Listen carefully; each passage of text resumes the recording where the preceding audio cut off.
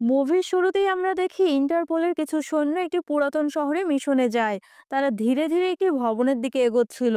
কিন্তু যখনই তারা ভবনটির কাছে পৌঁছায় তখন হঠাৎ করে একটা বিশাল বিস্ফোরণ ঘটে। বিস্ফোরণে অফিসাররা গুরুতর আহত হয়। কিন্তু তারা এই পরিত্যক্ত জায়গায় কেন এসেছিল, বিস্ফোরণটাই বা কে ঘটালো, এসব জানতে আমাদের মুভির একটু গভীরে যেতে হবে। বন্ধুরা, আজ আমরা এক্সপ্লেইন করব কিছুদিন আগে মুক্তি পাওয়া মোহনলালের লুসিফার 2 সিনেমাটি। কাহিনীর গভীরে যাবার আগে একটাই রিকোয়েস্ট, আমার চ্যানেলটা সাবস্ক্রাইব করে দিন, যাতে নতুন নতুন ভিডিও আপনার কাছে পৌঁছে যায়। তারপর কাহিনী চলে যায় 2002 সালে। আমরা দেখি এক ছেলে একটি দোকানের শাটার ভেঙে ভিতরে ঢুকে তার বাবাকে কল করছে। ছেলেটি ভয় আর আতঙ্কে কাঁপছিল। সে বাবাকে অনুরোধ করছিল যেন তারা এখানে আর ফিরে না আসে। ঠিক সেই সময় এক লোক লোহার রড হাতে দোকানে ঢুকে ছেলেটিকে নির্মমভাবে মারতে শুরু করে। যতক্ষণ ছেলেটি বেঁচে ছিল ওই ব্যক্তি তাকে মারতেই থাকে। অন্য প্রান্ত থেকে ছেলেটির বাবা তার নাম ধরে ডেকে যাচ্ছিল। ছেলেটির নাম ছিল মহসিন এবং তার বাবার নাম মাসুদ। এরপর আমরা দেখি তাদের গ্রামের সব মানুষ কোথাও পালিয়ে যাচ্ছে। মাসুদের ছোট ছেলের নাম জায়েদ। আসলে তখন ভারতের ভেতরে রাজনৈতিক দাঙ্গা চলছিল। সেখানে হিন্দুরা মুসলিমদের পেলেই আক্রমণ করছে। নিজেদের প্রাণ বাঁচাতে গ্রামবাসীরা নিরাপদ স্থানে আশ্রয় নিতে যাচ্ছিল। তারা যে জায়গায় যাচ্ছিল সেটা ছিল এক মহিলার নিয়ন্ত্রণে। এই মহিলাকে সবাই মাসি ডাকে। সবাই তাকে সম্মান করে কারণ তিনি সব ধর্মের মানুষকেই সাহায্য করেন। যদিও তিনি নিজে হিন্দু ছিলেন তবুও মুসলিমদের আশ্রয় দেন। তিনি তার লোকটিকে বলেন সবার থাকার ব্যবস্থা করতে। সেই লোকের নাম মুন্না। সে সবার থাকার ব্যবস্থা করে, তবে তার কথায় একটু সন্দেহের সুর মনে হলো। এরপর সবাই ঘরের ভিতর যাচ্ছিল, তখন মহিলাটি মাসুদকে ডেকে বলে নিজের ছেলে মেয়েদেরকে বলবে আজ তারা যা দেখছে তা কোনো ধর্ম না, তা শুধুমাত্র রাজনীতির খেলা। আমাদের দেশে রাজনীতি একটি ব্যবসা, যা হিন্দু দেখে না, মুসলিম দেখে না, মহিলা দেখে না, পুরুষ দেখে না, শুধুমাত্র সবাইকে ব্যবহার করে। এই কথাটা অন্তত বাচ্চারা বুঝুক। এরপর সবাইকে এক ঘরে জড়ো করা হলো। সবাই খুব আতঙ্কে ছিল। মাসুদ চারপাশের অবস্থা দেখতে বাইরে বের হয়। হঠাৎ সে দেখে অনেকগুলো গাড়ি প্রাসাদের দিকে আসছে। এটা দেখে মাসুদ খুব ভয় পেয়ে যায় এবং সবাইকে দ্রুত দরজা বন্ধ করতে বলে। সবাই দ্রুত দরজা বন্ধ করে দেয়। কিন্তু খুব অল্প সময়ের মধ্যেই গাড়িগুলো প্রাসাদের গেটে এসে পৌঁছায়। এরপর যা ঘটছিল তা যেন দুঃস্বপ্ন। গাড়ি থেকে নামা লোকেরা প্রাসাদের গেট ভেঙে ভেতরে ঢুকে পড়ে। তারা প্রাসাদের নিরাপত্তা রক্ষীদের উপর আক্রমণ শুরু করলো। তাদের সংখ্যা এত বেশি ছিল আর তারা এত হিংস্র ছিল যে নিরাপত্তা রক্ষীরা কোনো প্রতিরোধ গড়ে তুলতে পারলো না। একে একে সবাইকে তলোয়ার দিয়ে হত্যা করতে থাকলো। এরপর তাদের নেতা, যার নাম বলরাজ, সে সরাসরি প্রাসাদের ভিতরে গেল আর একটা গুলি করে মহিলাকে মেরে ফেললো, কারণ তিনি এখানে মুসলিমদের আশ্রয় দিয়েছিল। সেই জন্য তাকে জীবন দিতে হলো। বলরাজ মুসলিম খুঁজে খুঁজে হত্যা করবে, সে একজন মুসলিম বিদ্বেষী লোক। এরপর শুরু হলো তার ভয়ঙ্কর তাণ্ডব লীলা। বলরাজ এবং তার দলবল প্রাসাদের সব মানুষকে একের পর এক নির্মমভাবে হত্যা করতে লাগলো। এরপর যারা লুকিয়েছিল তাদেরও খুঁজে খুঁজে মেরে ফেলতে লাগলো।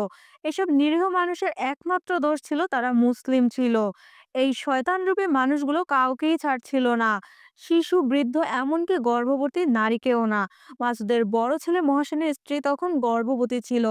এদিকে সেই মহিলার লোক মুন্না, সে আসলে বলরাজেরই ভাই ছিল। সে মহসিনের স্ত্রীকে জোর করে অত্যাচার করতে শুরু করে।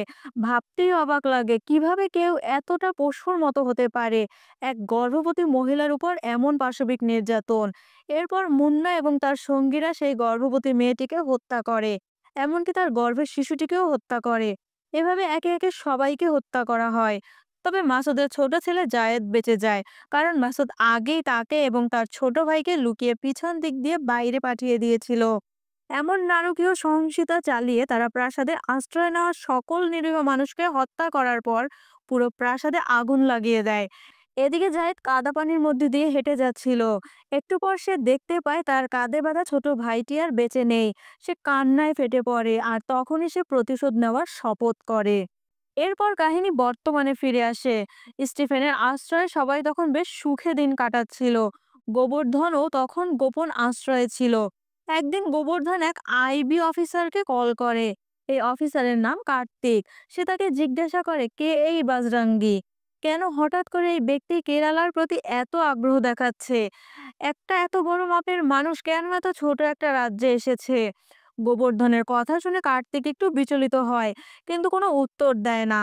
এরপর সে স্টিফেন সম্পর্কেও জানতে চায়। বন্ধুরা, এই বজরংটি আসলে কে, আর কেরালায় তার আসার উদ্দেশ্যই বা কি, এগুলো আমরা কাহিনীর আরেকটু পরেই জানতে পারবো। এদিকে স্টিফেন দেশের বাইরে চলে যাওয়ার পর 5 বছর পেরিয়ে গেছে। আইইউএফ পার্টি অফিসে নেতারা মিটিং করছে। সেখানে এক নেতা, যার নাম পীতম্বরাম, পার্টি থেকে ইস্তফা দিতে চায়। সে বলে যে স্টিফেন যখন পার্টির দায়িত্ব যতীন রামদাসের হাতে দিয়েছিল তখন মনে হয়েছিল রাজ্যে কিছু ভালো পরিবর্তন আসবে, কিন্তু সেটা আমার বড় ভুল ধারণা ছিল। কিছুদিন ধরে নিউজ চ্যানেলে যতীন রামদাসের কর্মকাণ্ড নিয়ে বলাবলি করছে। পাবলিক কিছু বলার আগে আমি পার্টি ছেড়ে চলে যাচ্ছি। এরপর অন্য এক নেতা বলে পিকে আর থাকাকালীন সময় পার্টির সবাই সব জানতো, কিন্তু যতীনের সময় কেউ কিছু জানে না। তখন অন্য নেতা বলে যতীন রামদাস এই পার্টির নেতা, আবার এই রাজ্যের সিএম, তাকে নিয়ে এসব বলা ঠিক হবে না। তখন অন্য নেতারাও এসব নিয়ে আলাপ আলোচনা করে। এরপর আমরা দেখি প্রিয়া একটা অনুষ্ঠানে বক্তৃতা দিচ্ছিল।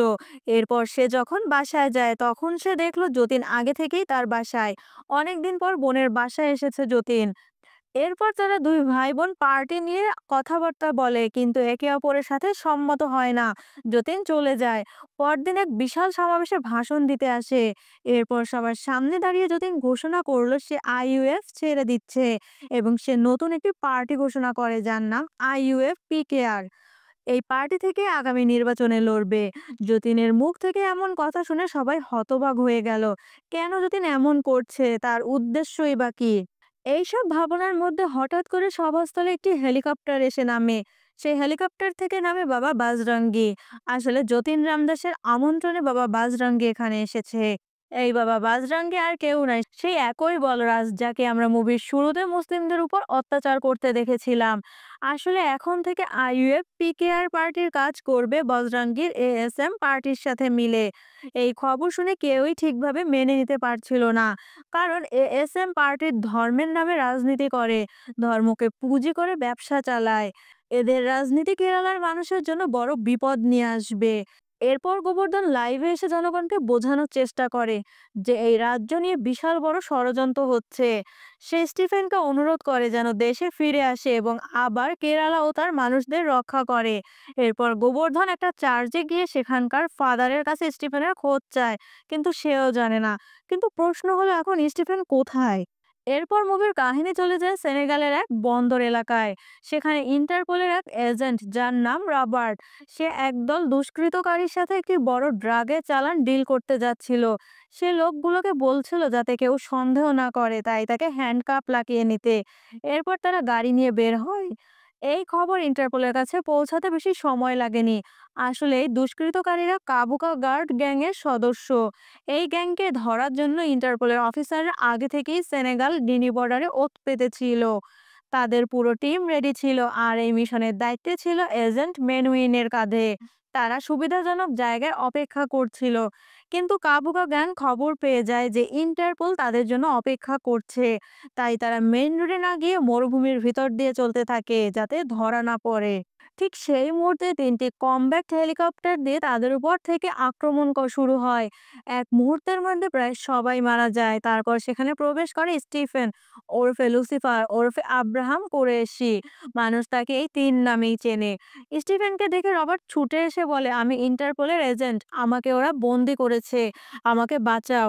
কিন্তু স্টিফেন তার কথায় সন্দেহ খুঁজে পায়। এক ঝটকায় স্টিফেন তাকে গুলি করে মেরে ফেলে। এরপর স্টিফেন কাবুকা গ্যাংকে ফোন করে হুমকি দেয় যেন এই ধরনের ড্রাগ স্মাগলিং না করে, আর এই খবরও ইন্টারপোলের কাছে যেতে বেশি সময় লাগে না। রবার্ট মেনুইনের সহকর্মী এবং খুব কাছের বন্ধু ছিল, তাই এই মামলায় তদন্তের দায়িত্ব মেনুইনের কাঁধে তুলে দেওয়া হলো। তাকে বলে দেওয়া হলো যে সে যা কিছু করবে সবকিছুই করতে হবে একজন বিশেষ এজেন্টের নির্দেশনা মেনে, যার নাম বরিস। মানে মেনুইনের বরিসের নির্দেশনা মোতাবেক কাজ করবে। কারণ লুসিফার যখন ইন্টারপোলের একজন এজেন্টকে মেরে ফেলেছে, তখন স্বাভাবিকভাবেই ইন্টারপোলের পরবর্তী টার্গেট হবে লুসিফারের গ্রুপ প্রধান কুরেশি আব্রাহাম। এরপর পাশাপাশি চীনা সূত্র থেকে আরো একটি বড় গ্যাংয়ের কথা জানা যায়। এই গ্যাংয়ের নাম সেন্ট টাইরান্ড। সেন্ট টাইরান্ডের সাথে অনেকদিন ধরেই কুরেশি গ্রুপের দ্বন্দ্ব চলে আসছিল। এখানে একটা নীতি কাজ করে। শত্রু মানে কখনো কখনো বন্ধু। মানে হয়তো এই সেন্ট টাইরান্ডের কাছ থেকে কিছু সাহায্য পাওয়া যেতে পারে। ব্রিফিং শেষে বরিস বাড়ি ফিরে আসে। তার লাইব্রেরির বুক সেলফের পেছনে ছিল একটি সিক্রেট চেম্বার। সে গোপন ঘরে গিয়ে বরিস সরাসরি লুসিফারকে কল করে সবকিছু জানায়। আসলে বরিস লুসিফারের পক্ষেই কাজ করত। এরপর কুরেশি আব্রাহাম কাবুকা গ্যাংকে কল করে বলে লেটস মিট। তখন কাবুকা গ্যাং নিজের ঠিক করা জায়গায় মিট করতে রাজি হয়। এদিকে গোবর্ধন কার্তিকের কাছ থেকে কে সম্পর্কে সমস্ত তথ্য পেয়ে যায়। কার্তিক তাকে একটি পেন ড্রাইভ দিয়েছিল যেখানে কে দলের সম্পর্কে যাবতীয় তথ্য ছিল। বাড়ি ফিরে গোবর্ধন সেই পেন ড্রাইভ খুলে দেখে। তার চোখে পড়ে কে দলের এক নেতার হাতে একটা বিশেষ ধরনের আংটি। এই আংটিটা দেখে তার একটা পুরনো স্মৃতি মনে পড়ে, ঠিক এমন একটা আংটি সে স্টিফেনের হাতেও একসময় দেখেছিল। তখন গোবর্ধন পুরোপুরি বুঝে উঠতে পারে না, তবে তার মনে সন্দেহ দানা বাঁধে স্টিফেনের সাথে কে দলের কোনো সম্পর্ক আছে কিনা। এরপর গোবর্ধন একজন লোকের কাছে যায়। সে স্টিফেনের সাথে যোগাযোগ রাখে। সে সেখানে গিয়ে বলে আমি স্টিফেনের সাথে কথা বলতে চাই। তখন সেই লোক গোবর্ধনকে আরেকজনের কাছে পাঠায়। সেই দ্বিতীয় ব্যক্তি গোবর্ধনকে জিজ্ঞেস করে তোমার কি কোনো গুরুতর অসুখ আছে যার জন্য তোমাকে উচ্চমাত্রার ওষুধ খেতে হয়? গোবর্ধন বলে না, আমার তেমন কোনো রোগ নেই। এই কথা শুনে হঠাৎ করে এক লোক তাকে একটা ইনজেকশন দিয়ে অজ্ঞান করে ফেলে। এরপর সরাসরি তাকে স্টিফেনের কাছে নিয়ে যায়। প্রায় ৫ বছর পর গোবর্ধন আর স্টিফেনের আবার দেখা হয়। সেখানে গিয়ে গোবর্ধন প্রশ্ন করে তুমি আসলে কে? এই কুরেশি আব্রাহাম গ্রুপের সাথে তোমার সম্পর্কটাই বা কি? কিন্তু স্টিফেন সরাসরি কোনো উত্তর দেয় না। শুধু বলে সব সময় মতো জানতে পারবে। তুমি এখানে কেন এসেছো আমি সব জানি, আর আমার এখন তোমার সাহায্য দরকার। কেরালার বর্তমান পরিস্থিতি ঠিক করতে কাউকে তো এগিয়ে আসতেই হবে। স্টিফেন তখন গোবর্ধনকে বলে এই পরিস্থিতি ঠিক করতে আমাকে ফিরতে হবে, তবে তোমার কিছু সাহায্য লাগবে। স্টিফেনের কথা শুনে গোবর্ধন রাজি হয়ে যায়, কারণ গোবর্ধন জানতো স্টিফেন কখনোই রাজ্যের ক্ষতি চায় না, আর রাজ্যের ভালোর জন্য গোবর্ধন যে কোনো কিছু করতে প্রস্তুত। এদিকে যতীন কার্তিককে বলে স্টিফেন এখন কোথায় আছে সেটা বের করো। কার্তিক তখন বলে ৫ বছর আগে সে কেরালার একজন সাধারণ এমএলএ ছিল। তাকে এত ভয় পাচ্ছেন কেন যেখানে আপনার পিছনে বাজরঙ্গীর মতো নেতা আছে? তখন যতীন বলে তুমি স্টিফেনকে চিনো না। এই রাজ্যে ছোট বড় যত রাজনৈতিক নেতা আছে তারা সবাই স্রেফ একজনকে ভয় পায়, আর সে হলো দ্য কিং মেকার স্টিফেন। তাই আমি চাই না সে আমার বিপক্ষে যাক। এই কথা বাজরাঙ্গীকে বলে দাও যে স্টিফেন নিথাপ্পল্লি আমার বিরুদ্ধে যাবে না, এই গ্যারান্টি দিতে হবে। কার্তিক তখন গোবর্ধনকে ব্যবহার করে স্টিফেন সম্পর্কে তথ্য বের করার চেষ্টা করে, কিন্তু যতীন বুঝতেই পারেনি কার্তিক আসলে কত বড় মাপের একজন। ভেতরে ভেতরে কার্তিক এক সংগঠনের গুপ্তচর ছিল। তবুও কেন সে গোবর্ধনের মতো ছোট একজনের উপর ভরসা করছে? এই প্রশ্নের উত্তরে কার্তিক বলে অনেক সময় ছোট লোকের কাছেই এমন কিছু তথ্য থাকে যেটা আমরা বড়রাও জানি না। আর মনে রেখো ৫ বছর আগে যখন স্টিফেন দেশ ছেড়ে চলে যায় তার শেষ কথা হয়েছিল গোবর্ধনের সাথেই। তাই যদি গোবর্ধনকে ধরতে পারি হয়তো আসল খবর বের করা যাবে। এদিকে কার্তিকও বুঝতে পারে যতীন যদিও এখন মুখ্যমন্ত্রী তবুও সে স্টিফেনের মতো এক ছোট নেতাকে কেন এত ভয় পাচ্ছে। এদিকে ইন্টারপোল স্টিফেনের একটা খবর পায়। তারা জানতে পারে দুদিন পর স্টিফেনের কাবুকা কার্টেল দলের সাথে একটা মিটিং আছে। জায়গা নির্ধারিত হয়েছে ইরাকের কারাকাস্তান নামক একটি স্থানে। মেনুইন তার পুরো টিম নিয়ে তড়িঘড়ি ইরাকের উদ্দেশ্যে রওনা হয়। কয়েক ঘন্টা ভ্রমণের পর তারা ইরাকের কারাকাস্তানে পৌঁছে নিজেদের অবস্থান নিয়ে নেয়। এই শহরটা যুদ্ধের পর থেকেই পুরোপুরি পরিত্যক্ত ছিল। এখানে দুই গ্রুপের গোপন মিটিং হওয়ার কথা ছিল। এরপর ইন্টারপোল নজরদারি শুরু করে। হঠাৎ করে সেখানে কয়েকটা গাড়ি এসে থামে। তারপর সেই গাড়িগুলোর একটি থেকে স্টিফেন বেরিয়ে আসে। কিন্তু ইন্টারপোলের কোনো ক্যামেরায় স্টিফেনের স্পষ্ট ছবি তুলতে পারে না। স্টিফেন ধীরে ধীরে বিল্ডিং এর দিকে এগোচ্ছিল, কিন্তু হঠাৎ যেন কিছু মনে পড়ে। সে পিছনে ফিরে তাকায়। ঠিক সেই সময় ইন্টারপোল তার ছবি তুলতে সক্ষম হয়। স্টিফেন এমনভাবে পোজ দেয় যেন ইচ্ছে করেই সে চায় তার ছবি তোলা হোক। তারপর কিছুক্ষণ দাঁড়িয়ে থেকে স্টিফেন বিল্ডিং এর ভিতরে প্রবেশ করে।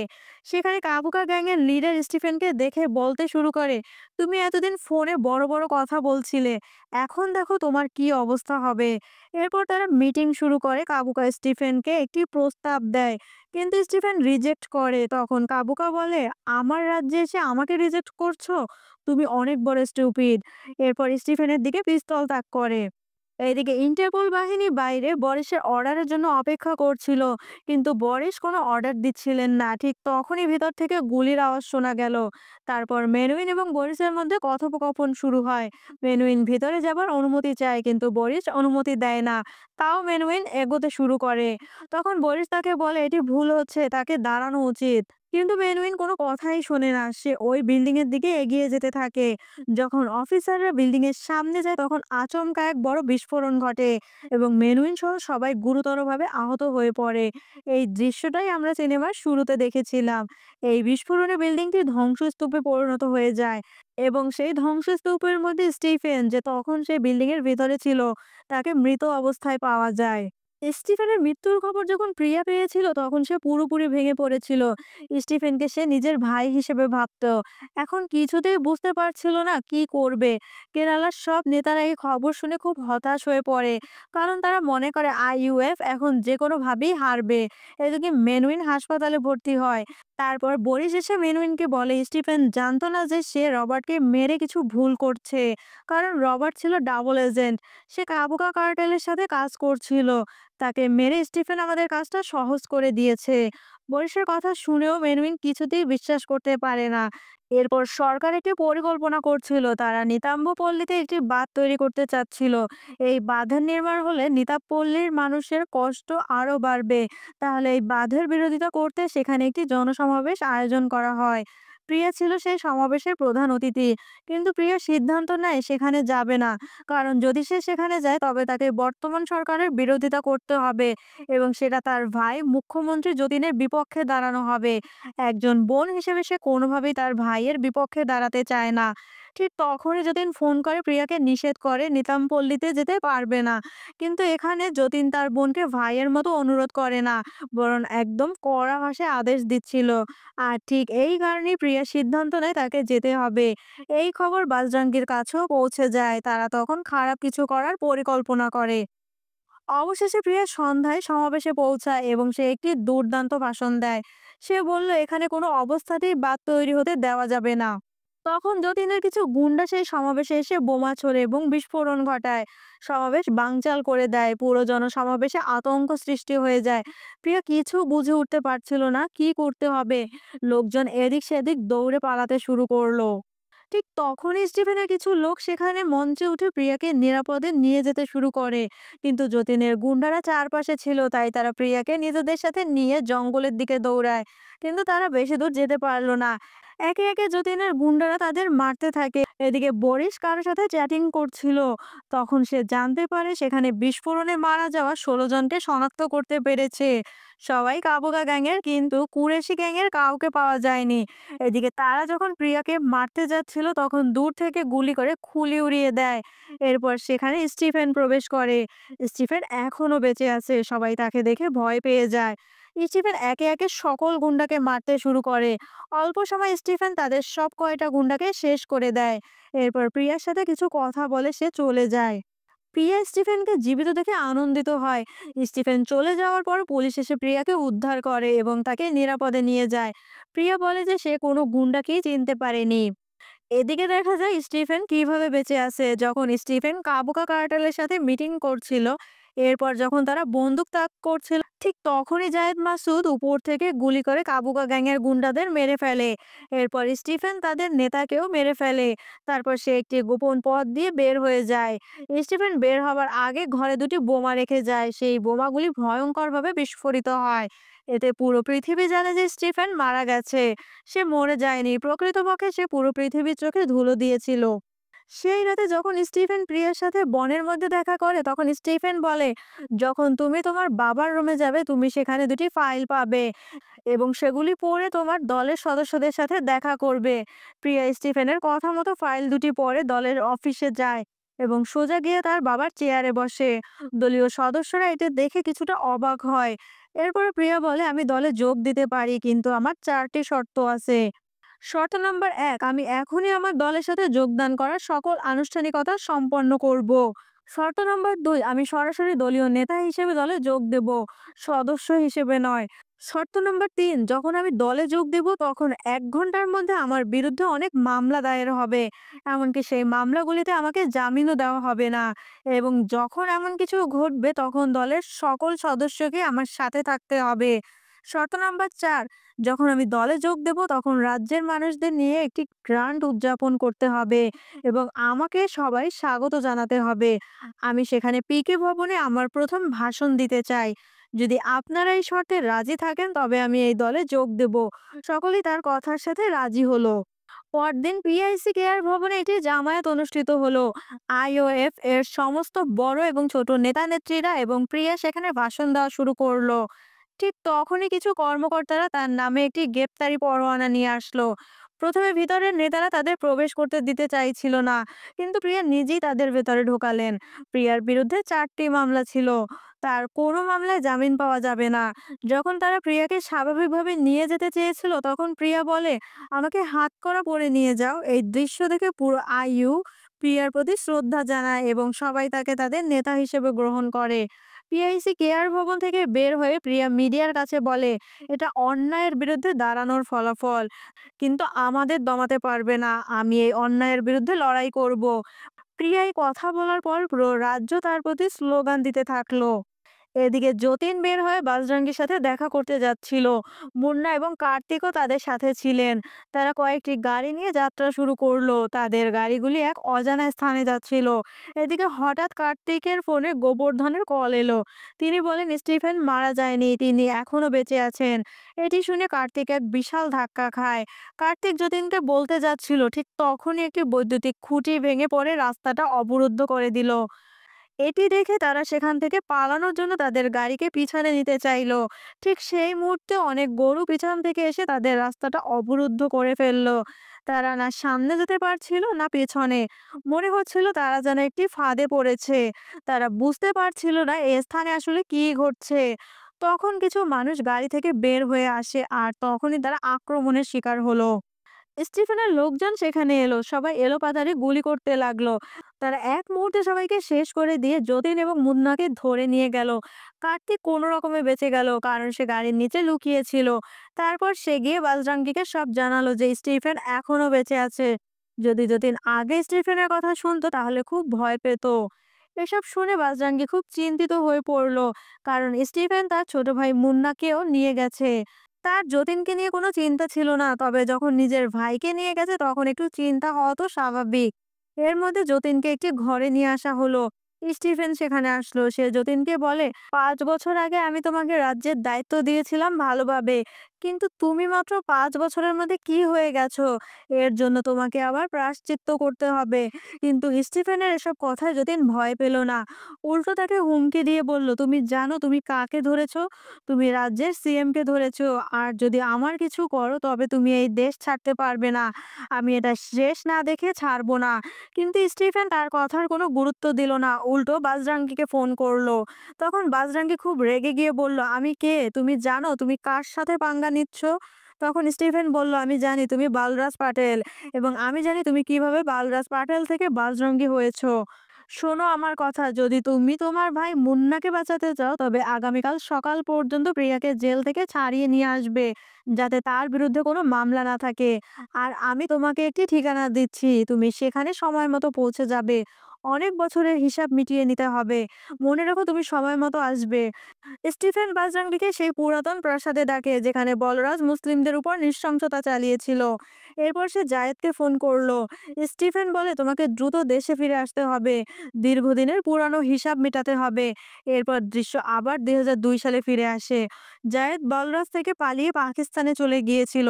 সেখানে এক কমান্ডার তাদের ভারতের বিরুদ্ধে উস্কানি দিতে শুরু করছিল। তবে জায়েদ তার দেশকে খুব ভালোবাসতো। তার শত্রুতা শুধু তাদের সাথে ছিল যারা তাদের উপর অত্যাচার করেছে। কিন্তু সে নিজের দেশ বিরোধী কিছুই করতে পারত না। কিন্তু সেই দল চেয়েছিল যে জায়েদ পুরো দেশের থেকে প্রতিশোধ নিক। তারপর যখন সেই দল জায়েদকে ক্যাম্পে নিয়ে যাচ্ছিল তখন তারা আক্রমণের শিকার হয়। শিশুদের গাড়ি ছাড়া সমস্ত গাড়ি ধ্বংস হয়ে যায়। তখন স্টিফেন ছিল জায়েদের মতো একজন এজেন্ট। জায়েদের কাছ থেকে সমস্ত ঘটনা শোনার পর সে বলল, আজ থেকে আমি তোমার প্রতিশোধ নেব। এভাবে জায়েদ স্টিফেনের সাথে যুক্ত হয়ে যায়। পরের দিন জায়েদ দেশে ফিরে আসে। স্টিফেন বলে, খুব শীঘ্রই এতদিনের অপেক্ষা শেষ হতে যাচ্ছে। এতদিন ধরে তোমার বুকে যে প্রতিশোধের আগুন জ্বলছে, এবার সেটা নিভানোর সময় হয়েছে। এরপর বাজরাঙ্গি তার দলবল নিয়ে সেই পুরাতন প্রাসাদে পৌঁছায়। এই সেই প্রাসাদ যেখানে 2002 সালে বলরাজ তাণ্ডব চালিয়েছিল। তখন সে তার ভাই মুন্নাকেও বাধা অবস্থায় দেখতে পায়। স্টিফেন মুন্নাকে খুব মেরেছে, এমন মার মেরেছে যেন চেহারা পাল্টে গেছে। জায়েদের বড় ভাই মহাসিনের গর্ভবতী স্ত্রীর সাথে করা অপরাধের জন্য শাস্তি হিসেবে মুন্নার এই অবস্থা করেছিল। যখন বলরাজ মুন্নার কাছে এগিয়ে যাচ্ছিল, মুন্না বলছিল, ভাই এখানে এসো না। তখন দেখা যায় মুন্নার পিঠে একটি টাইম বোমা লাগানো ছিল। যখন বলরাজ তার কাছে একটু এগিয়ে যায়, তখন বিস্ফোরণ ঘটে এবং মুন্নার দেহ পুরোপুরি ছিন্ন ভিন্ন হয়ে যায়। এটা দেখে বলরাজ খুবই ক্ষিপ্ত হয়ে স্টিফেনকে খুঁজতে শুরু করে, উচ্চস্বরে চিৎকার করতে থাকে। ঠিক তখনই স্টিফেন সামনে আসে। স্টিফেনকে দেখে কয়েকজন লোক মারতে বন্দুক তাক করে। তখন দূর থেকে স্নাইপারের গুলি করে সবগুলোকে মেরে দেয়। এরপর জায়েদ সামনে আসে। তারপর তারা দুইজন মিলে তাণ্ডব শুরু করে। স্টিফেন এবং জায়েদ দুজনেই যেন এখানে তাদের নিয়ে খেলছে। একে একে সবাইকে মারতে থাকে। এমন মারা মারছে, সবার হাড্ডি ভেঙে চুরমার হয়ে যাচ্ছিল। কিছুক্ষণ পর তলোয়ার নিয়ে গুন্ডাগুলোকে কোপাতে শুরু করে। একজনে ধরে আর অন্যজনে কাটতে থাকে। একে একে সবাইকে কচুকাটা করে ফেললো। তারা কিছু সময়ের ভিতর সবাইকে শেষ করে দেয়। এতক্ষণ বলরাজ দাঁড়িয়ে দাঁড়িয়ে দেখছিল। সবাইকে মারতে দেখে বলরাজ এবার গিয়ে জায়েদকে একটা বাড়ি মারে। এরপর জায়েদ শুরু করে তার আসল তাণ্ডব লীলা। বলরাজকে একটানা অনেক সময় ধরে মারতে থাকে। স্টিফেন অন্য গুন্ডাগুলোকে মারছিল আর জায়েদ শুধু বলরাজকে পিটাচ্ছিল, কারণ বলরাজদের থেকে তার পরিবারের নৃশংস হত্যার প্রতিশোধ নিচ্ছে। এদিকে মারতে মারতে বলরাজের অবস্থা খারাপ করে ফেলে। বলরাজ একদম আধমরা হয়ে যায়। তখন তাকে কাদা পানিতে নামিয়ে দেয়। স্টিফেন বন্ধুকে গুলি লোড করে জায়েদকে দেয়। তখন বলরাজ বলে, তুমি আমাকে মারবে? ঠিক আছে, মারার আগে এটা বলো, তুমি কে? কেন আমাকে হত্যা করছো? এটা শুনে স্টিফেন বলে, জায়েদ আলী আহমেদ মাসুদ। 2002 সালের ওই রাতটা মনে আছে? এটা সেই হাভেলি যেখানে তুমি সেদিন রাতে তাণ্ডব চালিয়েছিলে। এরপর জায়েদ বলরাজকে একে একে 3টে গুলি করে বুক ঝাঁঝরা করে দেয়। তার প্রতিশোধ পূর্ণ হয়। এদিকে দেখা যায় যে বলরাজের পার্টির সদস্যরা পুরো রাজ্যে হইচই শুরু করে। তাদের শীর্ষ নেতা অদৃশ্য। অন্যদিকে দেখা যায় যে কার্তিক দেশ ছাড়ার পরিকল্পনা করছে। কিন্তু হঠাৎ একটা ছেলে এসে তাকে গুলি করে হত্যা করে। এর মধ্যে প্রিয়াকে মুক্তি দেওয়া হয়। লোকেরা তার মুক্তি দেখে খুব খুশি হয়। আসলে জেল থেকে বের হওয়ার পর প্রিয়া এখন পুরোপুরি একজন বড় মাপের নেত্রী হয়ে উঠেছে। এটাই ছিল স্টিফেনের মূল পরিকল্পনা। তখন যতীনকে সমুদ্রের মাঝে এক জায়গায় নিয়ে যাওয়া হয়। এখানে চারপাশে শুধু পানি আর পানি, আর মাঝখানে একটি ছোট জায়গা। স্টিফেন বলে, এখন তোমার কাছে দুটি অপশন আছে। প্রথমটি হলো তুমি আইইউএফ এর সাধারণ নেতা হয়ে প্রিয়াকে সারা জীবন সমর্থন করবে। দ্বিতীয়টি হলো তুমি আবার খারাপ পথে যেতে পারো। তবে যদি সেটা তুমি করো, বলরাজের মতো অদৃশ্য হয়ে যাবে। তাই সিদ্ধান্ত তোমার। তারপর একটি হেলিকপ্টারে করে তাকে রাজ্যে ফিরিয়ে নিয়ে যাওয়া হয়। ঠিক তখন স্টিফেনের ফোনে একটি কল আসে। ফোনের অন্য প্রান্তে কেউ একজন কথা বলছিল। পরেশের মাথায় একটি বন্দুক তাক করা ছিল। লোকটি বলে, তুমি যখন কাবুকা গ্যাং ধ্বংস করেছিলে, তখন তুমি সেন্ট টায়ারেন্ডের সামনে চলে এসেছো। তুমি রবার্টকে হত্যা করেছিল, সে আমার লোক ছিল। মৃত্যুর জন্য মৃত্যু। এরপর বারিশকে গুলি করে মেরে ফেলে আর বলে, কাবুকা আমার ভাই ছিল, আর তাই ভাইয়ের জন্য ভাই। এই কথা বলার পর স্টিফেন জায়েদের দিকে তাকায়, কারণ স্টিফেন বিশ্বাস করতো যে জায়েদ তার ভাই। হয়তো জায়েদের ক্ষতি হতে পারে, কিন্তু একটু পর দেখা গেল যতীনের হেলিকপ্টার বিস্ফোরণ ঘটে। যতীন সেখানে মারা যায়, কারণ বায়োলজিক্যালি যতীন ছিল তার ভাই, তাই সে তার ভাইকে হত্যা করেছিল। এই ব্যক্তি কে এবং পরবর্তীতে কি ঘটবে, আমরা এই সব প্রশ্নের উত্তর পাবো লুসিফার 3 এ। এর পরের দৃশ্যে দেখা যায় 1981 সালে কিছু গুন্ডা মুম্বাইয়ের এক গলিতে কাউকে তাড়া করছে। তাদের মধ্যে একজনের স্টাইল দেখে এটা স্পষ্ট যে এটি ছিল স্টিফেন। স্টিফেন কিভাবে ছিল সেই সময় এবং কিভাবে সে দানবের মতো চলতো তা দেখানো হয়েছে। এটা নিশ্চিত যে লুসিফার 3 আসছে। বন্ধুরা, ভিডিওটি কেমন লাগলো কমেন্ট করে জানিয়ে দিন। পরবর্তী ভিডিও পেতে সাবস্ক্রাইব করে রাখুন। আবারও নিয়ে আসবো নতুন কোনো মুভি এক্সপ্লেনেশন। ততক্ষণ গুড বাই।